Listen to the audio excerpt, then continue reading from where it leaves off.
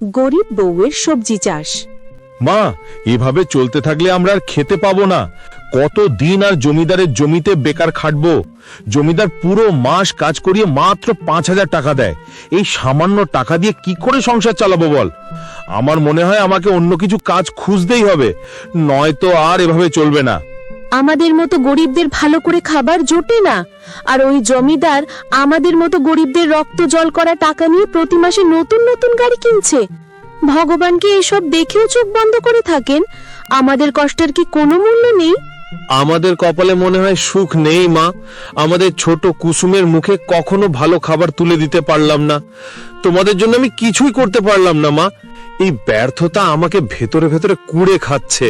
ওরকম করে বলিস না বিপিন, দেখবি একদিন সব ঠিক হয়ে যাবে। আমাদের দিনও ফিরবে। ঈশ্বর হয়তো আমাদের পরীক্ষা নিচ্ছেন। এই পৃথিবী গরিবদের জন্য নয় মা। আমার মনে হয় এই পৃথিবীতে গরিব হয়ে জন্মানোটাই সব থেকে বড় পাপ। আমরা যেন শুধু কষ্ট ভোগ করার জন্যই জন্মেছি। এই সব কথা বলে বিপিন অনেক দুঃখী হয়ে যায়। বারুইপুর গ্রামে একটি ছোট্ট ঘরে বিপিন তার পরিবার নিয়ে থাকত। সেখানে তার মা কাকুলি, তার স্ত্রী মিনা আর ছোট 7 বছরের মেয়ে কুসুম ছিল। বিপিন সেই দিন কাজ থেকে বাড়ি ফিরে তার রুমে যায়। কি গো, তোমার মন খারাপ কেন? আজ কাজ থেকে ফিরতেও তো দেরি হলো। শরীর খারাপ লাগছে নাকি? যে টাকাটা কুসুমকে স্কুলে ভর্তি করার জন্য জমিদার বাবুর কাছ থেকে নিয়েছিলাম, সেই টাকাটা বাবু কেটে নিল। তিনি বললেন, স্কুলে পড়িয়ে কি হবে, মেয়েদের কি এত বিদ্যা দরকার? এই অপমানটা সহ্য করা খুব কঠিন মিনা। ইস, এটা তো খুব খারাপ হলো। কিন্তু ঠিক আছে, আজকের দিন এত মন খারাপ করার দরকার নেই। আজকে তোমার জন্য একটা খুশির খবর আছে। মনটা ভালো করার চেষ্টা করো। কি খুশির খবর গো মিনা? এত কষ্টের মধ্যেও আবার খুশি? আমাদের ঘরে নতুন মেহমান আসতে চলেছে। আমরা আবার বাবা মা হতে চলেছি। মিনার মুখে এই কথা শুনে বিপিন প্রথমে অনেক খুশি হয়। এক মুহূর্তের জন্য তার সব দুঃখ ভুলে যায়। পর মুহূর্তে আবার দুঃখী হয়ে বলে, যে আসবে তার ভাগ্য খুব খারাপ গো মিনা। সেই গরিব ঘরে জন্ম নেবে। তোমাদের জন্য আমি কিছুই করতে পারিনি। কুসুমকে কোনোদিন ভালো কিছু কিনে দিতে পারিনি। আমি তোমাদের জন্য কিছুই করতে পারলাম না। নতুন অতিথিকে আমি কি দেব? তুমি এভাবে ভেঙে পড়ো না। একদিন দেখবে সব ঠিক হয়ে যাবে। আমাদের নতুন বাচ্চা আমাদের ভাগ্য পরিবর্তন করে দেবে। আমার মন বলছে ঈশ্বর নিশ্চয়ই কোনো পথ দেখাবেন। তারা গল্প করতে করতে ঘুমিয়ে পড়ে। পরের দিন সকালে বিপিন কাজে চলে যায়। মিনা তখন তার শাশুড়ির কাছে গিয়ে বলে, মা, আমি বাজারে যাচ্ছি কিছু সবজি আনতে। তুমি কুসুমকে একটু দেখো, ও যেন বাইরে না যায়। আচ্ছা বৌমা, তুমি যাও। কুসুম তো এখানেই খেলছে, আমি দেখছি, ও কোথাও যাবে না। আর শোন, আজকে বেগুন আনবে তো? অনেকদিন বেগুন ভর্তা খাওয়া হয়নি। তোমার হাতের বেগুন ভর্তা খেতে খুব ইচ্ছে করছে। আচ্ছা মা, ঠিক আছে, মনে থাকবে। আমি তাহলে যাই। এরপর মিনা বাজারে চলে যায়। বাজারে গিয়ে সে বাজার বিক্রি করা ঝর্ণা দিদিকে বলে, দিদি, বেগুন, পটল, ঝিঙে এসব কি?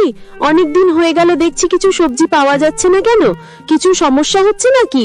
দামও দেখছি একটু বেশি। আর কি বলবো মিনা, আমি তো ফ্রেশ সবজি বিক্রি করি। আমাকে একজন চাষি টাটকা সবজি দিয়ে যেত। হঠাৎ করে তার শরীর খারাপ হয়ে গেছে, সেই জন্য কিছু কিছু সবজি পাওয়া যাচ্ছে না। খুব ঝামেলায় আছি। আচ্ছা ঝর্ণা দিদি, আমাকে তাহলে একটু উচ্ছে আর ডাটা দিয়ে দাও। এ কদিন এই দিয়েই চালাতে হবে।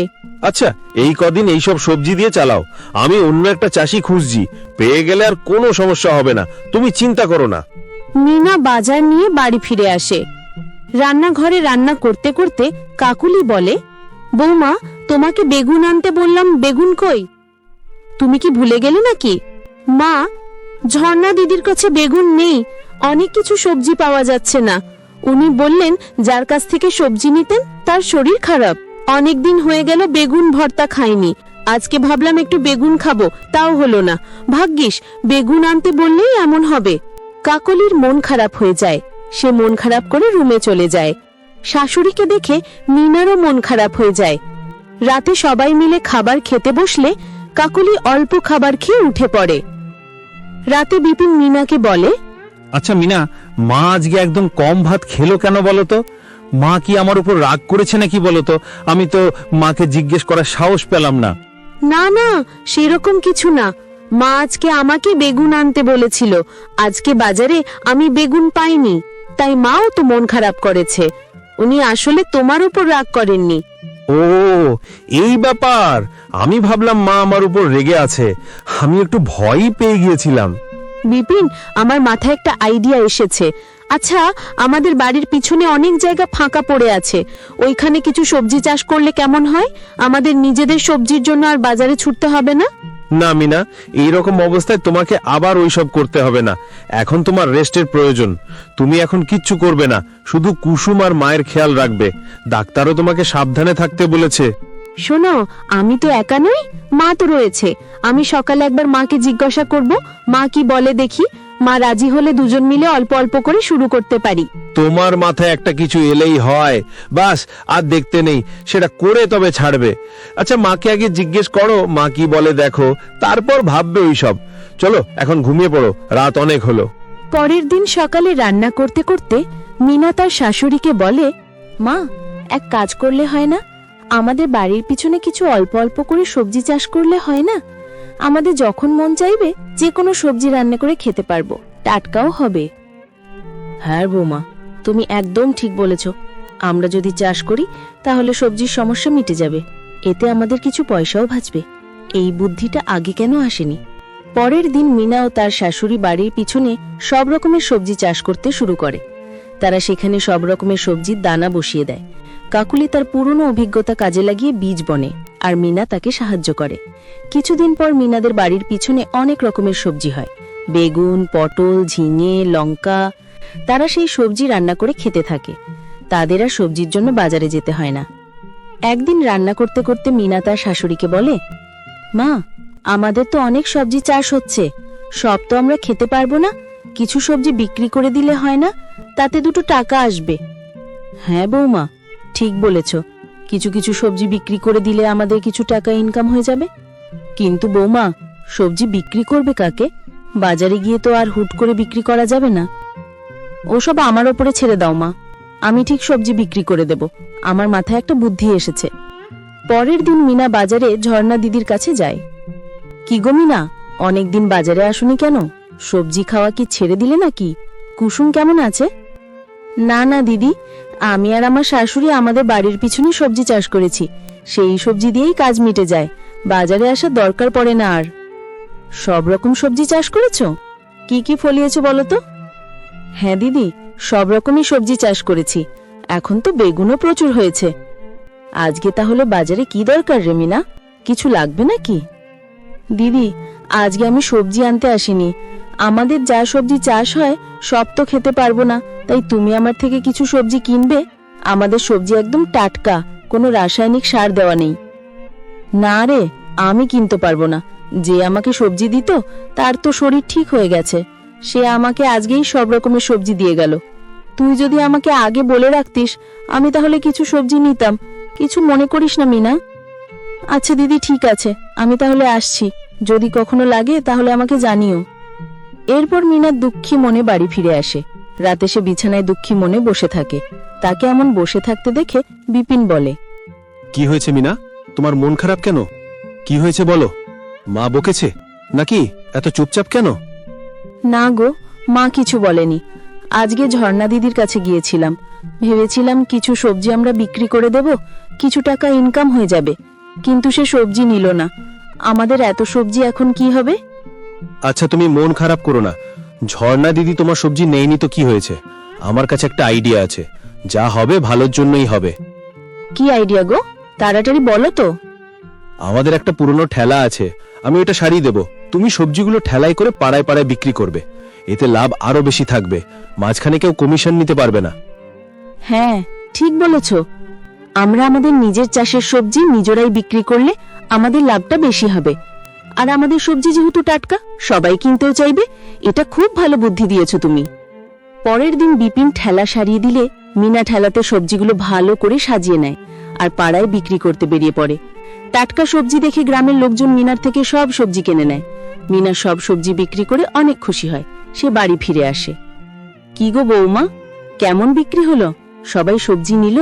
প্রথম দিন কেমন অভিজ্ঞতা হলো? নেবে না মানে? আমাদের টাটকা সবজি বলে সবাই বেশি বেশি করে নিয়ে নিল। ও পাড়ার সাবিত্রী দিদি তো পেলই না, সে আসার আগেই সবজি শেষ হয়ে গেল। কালকে আগে গিয়ে তাকে সবজি দিতে হবে। আমাকে তো জোর করে অগ্রিমে 100 টাকা দিয়ে দিল। আজকে লাভ হয়েছে প্রায় 500 টাকা। দেখবি বৌমা, এই সবজি বিক্রি করে করে আমাদের সব সমস্যা শেষ হয়ে যাবে। আমাদের দিন সত্যিই ফিরছে। হ্যাঁ মা, আমাদের বাড়ির যা অবস্থা, আমাদের সবাইকে একসাথে পরিশ্রম করে সবকিছু ঠিক করতে হবে। এই পরিশ্রমই আমাদের মুক্তি দেবে। আচ্ছা বৌমা, চলো আমরা গিয়ে সবজিগুলো তুলে নিই। কালকের জন্য তো আর সবজি নেই। হ্যাঁ মা, চলো চলো। তারা বউ শাশুড়ি মিলে আনন্দের সাথে সবজি তুলতে থাকে। এইভাবেই প্রতিদিন তারা সবজি তুলে ঠেলায় করে বিক্রি করতে থাকে। এইভাবে দেখতে দেখতে 6 মাস কেটে যায়। মিনা সবজি বিক্রি করে করে অনেক টাকা জমিয়ে নেয়। মিনার ডেলিভারি ডেট কাছে চলে আসে। সেই রাতে বিপিন মিনাকে বলে, মিনা, ডেট আর বেশি দিন বাকি নেই। তোমাকে আর এইসব কাজ করলে হবে না। তোমার এবার রেস্টের প্রয়োজন। আমি চিন্তা করছি। সবজিগুলো তাহলে কি হবে? এগুলো বেশি দিন রেখে দিলে তো পচে যাবে। এত পরিশ্রমের ফল নষ্ট হতে দেওয়া যাবে না। এবার থেকে সবজি আমি বিক্রি করব। আমি জমিদারকে বলে দিয়েছি, আমি আর ওখানে কাজে যাব না। আমি তাকে আমার সিদ্ধান্ত জানিয়ে দিয়েছি। ঠিক করেছো বিপিন, তোমাকে আর ওখানে কাজে যেতে হবে না। তুমি এবার আমাদের ব্যবসার হাল ধরো। পরের দিন থেকে বিপিন সবজি বিক্রি করতে বেরোয়। কিছুদিন পর মিনা একটি পুত্র সন্তানের জন্ম দেয়। এরপর থেকে তারা সবজি বিক্রি করে ভালোভাবে জীবনযাপন করতে থাকে। একদিন রাতে বিপিন মিনাকে বলে, একটি ভালো স্ত্রী তার স্বামীর জীবন পরিবর্তন করে দিতে পারে, সেটা তুমি প্রমাণ করে দিলে। তুমি আমার জীবনের লক্ষ্মী। তুমিও অনেক কষ্ট করেছো। একটি পরিবারের সুদিন আনতে পরিবারের সবাইকে পরিশ্রম করতে হবে। তবে আমরা সবজি বিক্রি করলেও আমরা আরো পরিশ্রম করে আমাদের ছেলেকে ডাক্তার তৈরি করব। কুসুমকেও ভালো স্কুলে ভর্তি করতে হবে। এই বলে বিপিন আর মিনা হাসতে থাকে। তাদের সাথে কাকুলিও এসে যোগ দেয়। কুসুমও তার নতুন ভাইকে দেখে হাসতে থাকে। এখন তাদের পরিবারে শুধু আনন্দ আর নতুন দিনের স্বপ্ন। গরিব বউয়ের সবজি চাষ। মা, এভাবে চলতে থাকলে আমরা আর খেতে পাবো না। কত দিন আর জমিদারের জমিতে বেকার খাটবো? জমিদার পুরো মাস কাজ করিয়ে মাত্র 5,000 টাকা দেয়। এই সামান্য টাকা দিয়ে কি করে সংসার চালাবো বল? আমার মনে হয় আমাকে অন্য কিছু কাজ খুঁজতেই হবে, নয়তো আর এভাবে চলবে না। আমাদের মতো গরিবদের ভালো করে খাবার জোটে না, আর ওই জমিদার আমাদের মতো গরিবদের রক্ত জল করা টাকা নিয়ে প্রতি মাসে নতুন নতুন গাড়ি কিনছে। ভগবানকে এসব দেখেও চোখ বন্ধ করে থাকেন। আমাদের কষ্টের কি কোনো মূল্য নেই? আমাদের কপালে মনে হয় সুখ নেই মা। আমাদের ছোট কুসুমের মুখে কখনো ভালো খাবার তুলে দিতে পারলাম না। তোমাদের জন্য আমি কিছুই করতে পারলাম না মা। এই ব্যর্থতা আমাকে ভেতরে ভেতরে কুড়ে খাচ্ছে। ওরকম করে বলিস না বিপিন, দেখবি একদিন সব ঠিক হয়ে যাবে। আমাদের দিনও ফিরবে। ঈশ্বর হয়তো আমাদের পরীক্ষা নিচ্ছেন। এই পৃথিবী গরিবদের জন্য নয় মা। আমার মনে হয় এই পৃথিবীতে গরিব হয়ে জন্মানোটাই সব থেকে বড় পাপ। আমরা যেন শুধু কষ্ট ভোগ করার জন্যই জন্মেছি।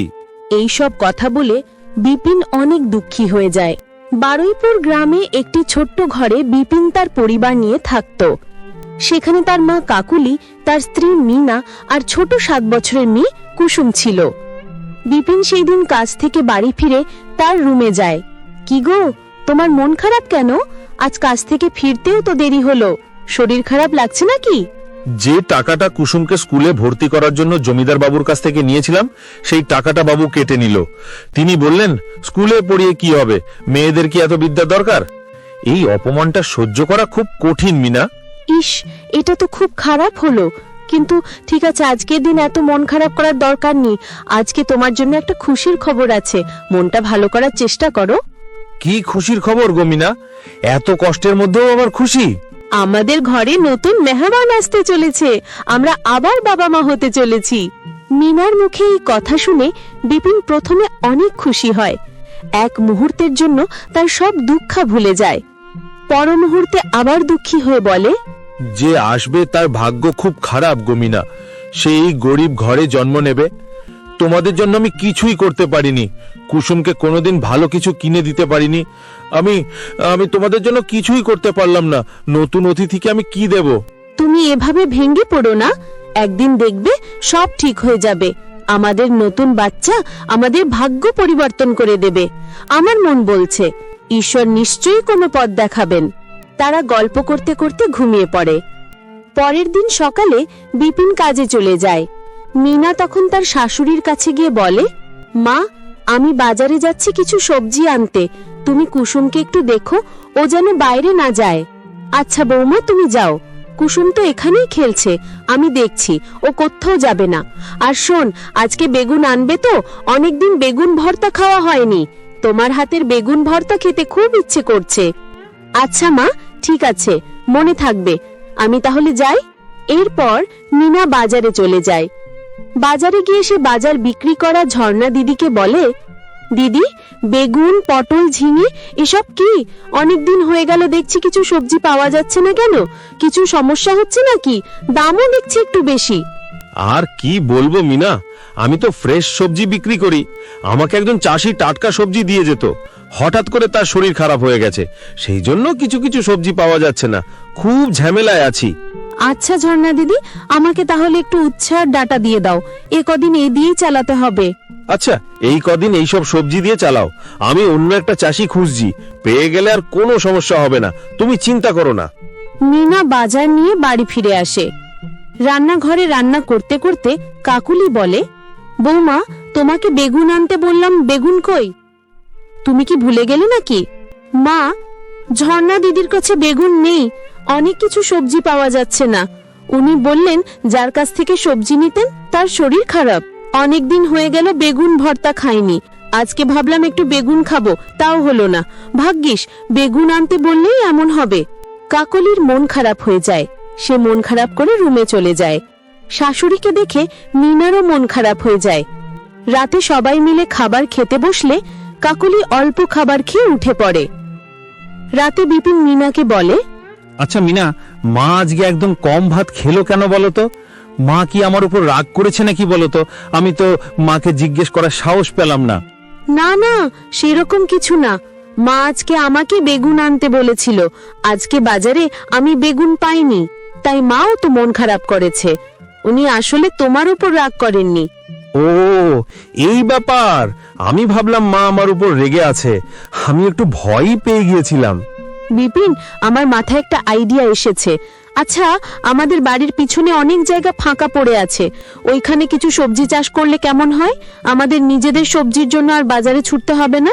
না মিনা, এইরকম অবস্থায় তোমাকে আবার ওইসব করতে হবে না, এখন তোমার রেস্টের প্রয়োজন, তুমি এখন কিচ্ছু করবে না, শুধু কুসুম আর মায়ের খেয়াল রাখবে, ডাক্তারও তোমাকে সাবধানে থাকতে বলেছে। শোনো, আমি তো একা নই, মা তো রয়েছে, আমি সকালে একবার মাকে জিজ্ঞাসা করব, মা কি বলে দেখি, মা রাজি হলে দুজন মিলে অল্প অল্প করে শুরু করতে পারি।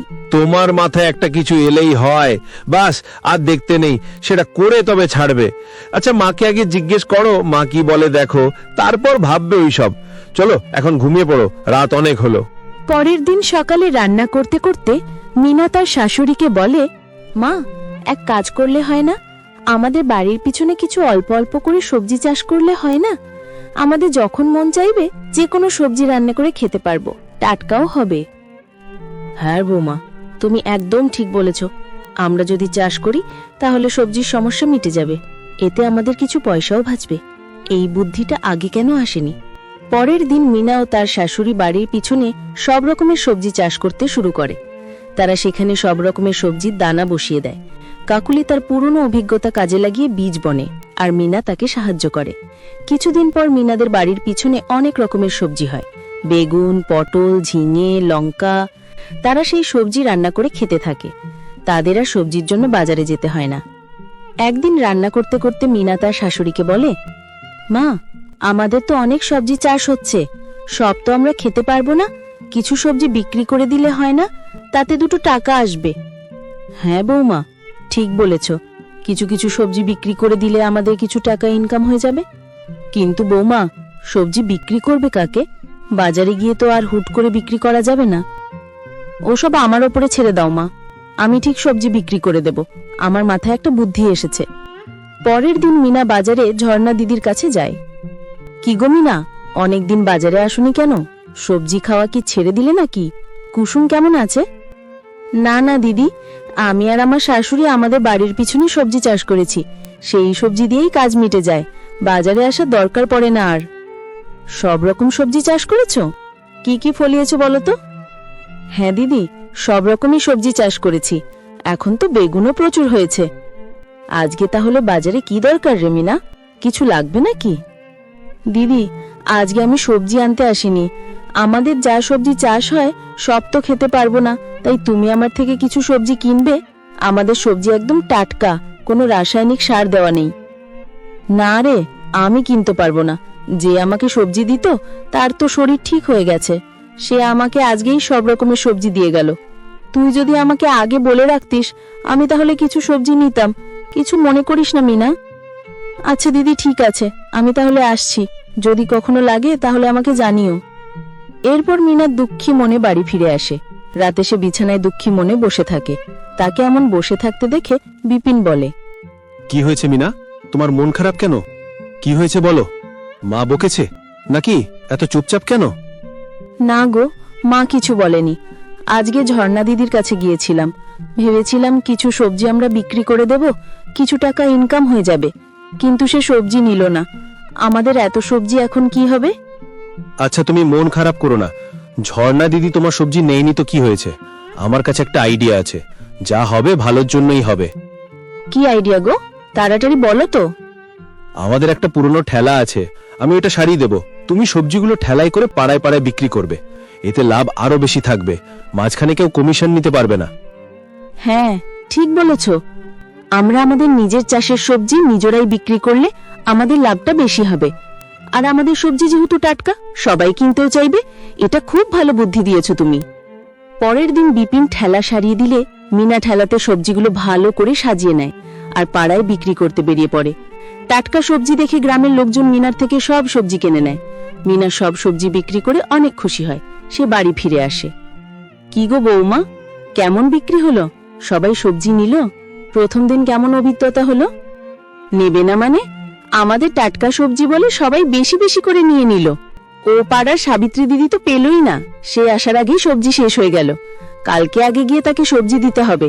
আমাকে তো জোর করে অগ্রিম 100 টাকা দিয়ে দিল। আজকে লাভ হয়েছে প্রায় 500 টাকা। দেখবি বৌমা, এই সবজি বিক্রি করে করে আমাদের সব সমস্যা শেষ হয়ে যাবে। আমাদের দিন সত্যিই ফিরছে। হ্যাঁ মা, আমাদের বাড়ির যা অবস্থা, আমাদের সবাইকে একসাথে পরিশ্রম করে সবকিছু ঠিক করতে হবে। এই পরিশ্রমই আমাদের মুক্তি দেবে। আচ্ছা বৌমা, চলো আমরা গিয়ে সবজিগুলো তুলে নিই। কালকের জন্য তো আর সবজি নেই। হ্যাঁ মা, চলো চলো। তারা বউ শাশুড়ি মিলে আনন্দের সাথে সবজি তুলতে থাকে। এইভাবেই প্রতিদিন তারা সবজি তুলে ঠেলায় করে বিক্রি করতে থাকে। এইভাবে দেখতে দেখতে 6 মাস কেটে যায়। মিনা সবজি বিক্রি করে করে অনেক টাকা জমিয়ে নেয়। মিনার ডেলিভারি ডেট কাছে চলে আসে। সেই রাতে বিপিন মিনাকে বলে, মিনা, ডেট আর বেশি দিন বাকি নেই। তোমাকে আর এইসব কাজ করলে হবে না। তোমার এবার রেস্টের প্রয়োজন। আমি চিন্তা করছি। সবজিগুলো তাহলে কি হবে? এগুলো বেশি দিন রেখে দিলে তো পচে যাবে। এত পরিশ্রমের ফল নষ্ট হতে দেওয়া যাবে না। এবার থেকে সবজি আমি বিক্রি করব। আমি জমিদারকে বলে দিয়েছি, আমি আর ওখানে কাজে যাব না। আমি তাকে আমার সিদ্ধান্ত জানিয়ে দিয়েছি। ঠিক করেছো বিপিন, তোমাকে আর ওখানে কাজে যেতে হবে না। তুমি এবার আমাদের ব্যবসার হাল ধরো। পরের দিন থেকে বিপিন সবজি বিক্রি করতে বেরোয়। কিছুদিন পর মিনা একটি পুত্র সন্তানের জন্ম দেয়। এরপর থেকে তারা সবজি বিক্রি করে ভালোভাবে জীবনযাপন করতে থাকে। একদিন রাতে বিপিন মিনাকে বলে, একটি ভালো স্ত্রী তার স্বামীর জীবন পরিবর্তন করে দিতে পারে, সেটা তুমি প্রমাণ করে দিলে। তুমি আমার জীবনের লক্ষ্মী। তুমিও অনেক কষ্ট করেছো। একটি পরিবারের সুদিন আনতে পরিবারের সবাইকে পরিশ্রম করতে হবে। তবে আমরা সবজি বিক্রি করলেও আমরা আরো পরিশ্রম করে আমাদের ছেলেকে ডাক্তার তৈরি করব।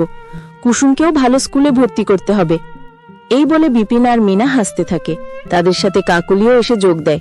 কুসুমও তার নতুন ভাইকে দেখে হাসতে থাকে। এখন তাদের পরিবারে শুধু আনন্দ আর নতুন দিনের স্বপ্ন।